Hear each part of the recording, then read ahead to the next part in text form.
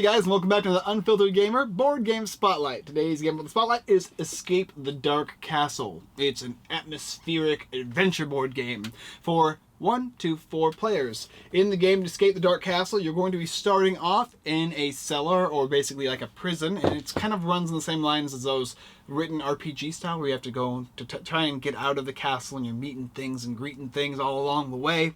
And you're going to choose one of many different characters here. You got the cook and the tanner and the abbot and the smith and a whole bunch of other good guys. They all have their own unique stats.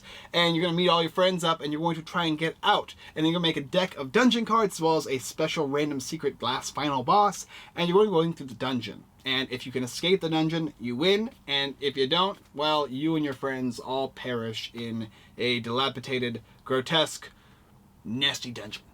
Alright, let's go look at it. Alright guys, so here we have Escape the Dark Castle, which comes with all this good stuff. You got the rule book, you got the dungeon cards, the final boss, the entry card, a bunch of character cards here to choose from, a sheet of paper which you'll be using to write down your health, as well as a deck of item cards, the character dice, one for each character in the game, and then the dungeon dice, things you're going to be defeating throughout the game. To start off, everybody's going to choose a character like the cook here. So if I was going to play by myself, I would choose the cook, and I would also get the cook's die right here. Not only that, but the rules will tell you how many dungeon cards to set up for the dungeon deck, right? I think it's on the second page here, as well as how much health. In a 1 or 2 player game, each player starts off with 18 health. So I'd write down with this pencil here, 18 health, take the 15 cards to form the dungeon. Make sure you shuffle this up, place the starting card here, and then got 3 bosses, and randomly select one and put it on the bottom. That will form your dungeon deck, and that will all be all that is needed for the game. You won't need any of these other big cards, as well as any of the character cards here. You're also going to take your one sheet of paper with your health, have one pencil for every single player, and you're going to all start with an item card. And the item cards range in a value of different ways. This one here says whenever you roll a double, you can restore you may restore 1 HP to any character, so that's a really nice card. That's a relic that lasts forever. Most cards are one-shot uses. Whenever you destroy a monster in this game, you're going to get one of these cards, as well as whenever maybe a shopkeeper or something like that is going to give you something. You won't need the rest of these die here because it's only going to be used for each character, so in a 3-player game you would get 3 dice based on each character's die level.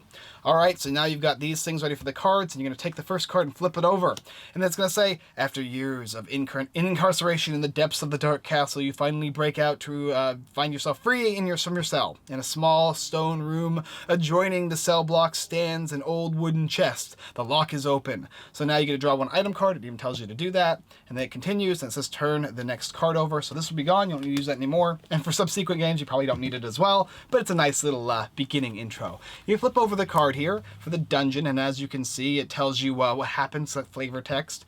And then it tells you a swarm of bats. It runs past you. Each player in turn must roll their character die along with the chapter dice, with 3 chapter dice, so I take these and these, and then after rolling, a player will lose 1 health for each chapter die that matches their character die. If a player rolls a double or rolls no matches, they are unharmed. So you take all these guys here, and you're going to roll them up. You can get all these guys, there you go.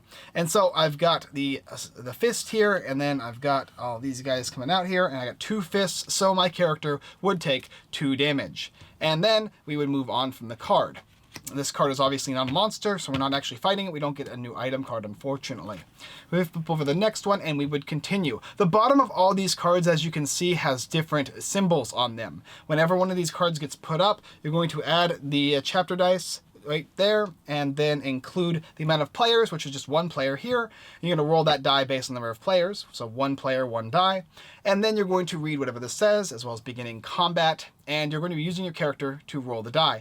Every time you roll your die, you're going to be trying to remove one of these things here. So for instance, if I roll an eye, I would remove an eye. If I rolled a double fist, I would remove 2 fists. And if I ever rolled a shield, I would not take damage. It tells you on the bottom right here how much damage you're going to be taking every single time you finish rolling your die, unless you roll a shield. And so you're going to mark that down, and then you're going to keep going. Now, in a 2-player game or a 3 or 4-player game, you can always have 1 player sit out of rolling dice in a round and gain 1 health. However, everybody else has to roll, and you can't have the same person sit out more than once.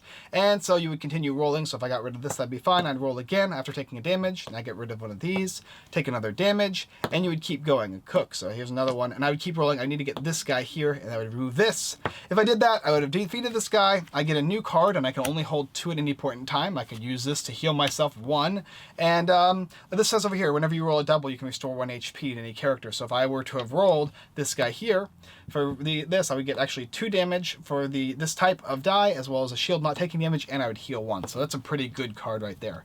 And you would keep going. You fight a new monster here, and there's going to be some special stuff. There's going to be some special cards that you're going to get to read through, but you're also going to find some stuff that says you must try to roll might or double. And that's because anybody can choose to open the dungeon cards, and it's going to be based on the player you want to open those up. And when you do, that means that you are going to specifically have a chance to suffer something like this. So you is the person who flipped it, and then you're going to have to do whatever it says. So roll a double in 1 attempt. I roll the double. Success means I react quickly and I dive aside, so I begin combat. If I did not roll a double, it'd say you are slammed to the floor and you lose 2 health, and then begin combat just like normal. You put down one of these guys here and one of these, and then if you're one player, you roll a die and put it there. And you're going to go through the dungeon like that. Finally, after all the cards have been gone through, you're going to get to this last portion right here. Flip it over, see what happens. It's a boss right here, right? And you're going to do whatever it says, and it fights very similarly to the rest of the monsters, except it has a lot of damage and special abilities, like this guy, Terror of the Underworld, and he has a special ability as well. And if you can defeat the entire dungeon, including the boss, with yourself or your entire team, you win. However, if anybody runs out of health before this time, you lose. And that's how you play the game. Well, that's how you play the game. Let me tell you what I think about it. Well, first off, this game's fun. I really enjoy it. I like the artwork. I like the feel. It's a black and white style game that reminds me of the old 80s and early 90s types of games that you'd be playing either on one of the older systems or even when you got that DOS PC and you're playing the typing kind of aspect. It feels like that kind of. It's got that retro-esque feel. The art's pretty cool and it has that blotchiness to it. I enjoy that. This looks really cool, I think. And I think a lot of retro players will enjoy this as well. Tells you your stats on these cards, which is basically just going to be the type of die you're going to be getting with this character and how many points for each die it's going to include, which is cool. The characters are basically just a randomized assortment of dice, so it kind of feels like D&D almost. And then you're going to get all of these dungeon cards. And you only need 15 when you play, and there's tons of them, and they do tons of special abilities, and they have a bunch of great flavor text. We played this live. We really enjoyed the game. Everybody that's played so far has enjoyed this game. Some have enjoyed it more or less, but for me, it falls right in that solid game list. It's a game that I definitely be picking out and playing more often. I'm excited to see more stuff too, especially with the bosses, because it's only come with 3, and I already played the game over 3 times, and I think I fought all of these bosses already. But it's fun because there's enough cards in there that makes the dungeon different, and it's still, you're not going to know what boss you're going to be fighting.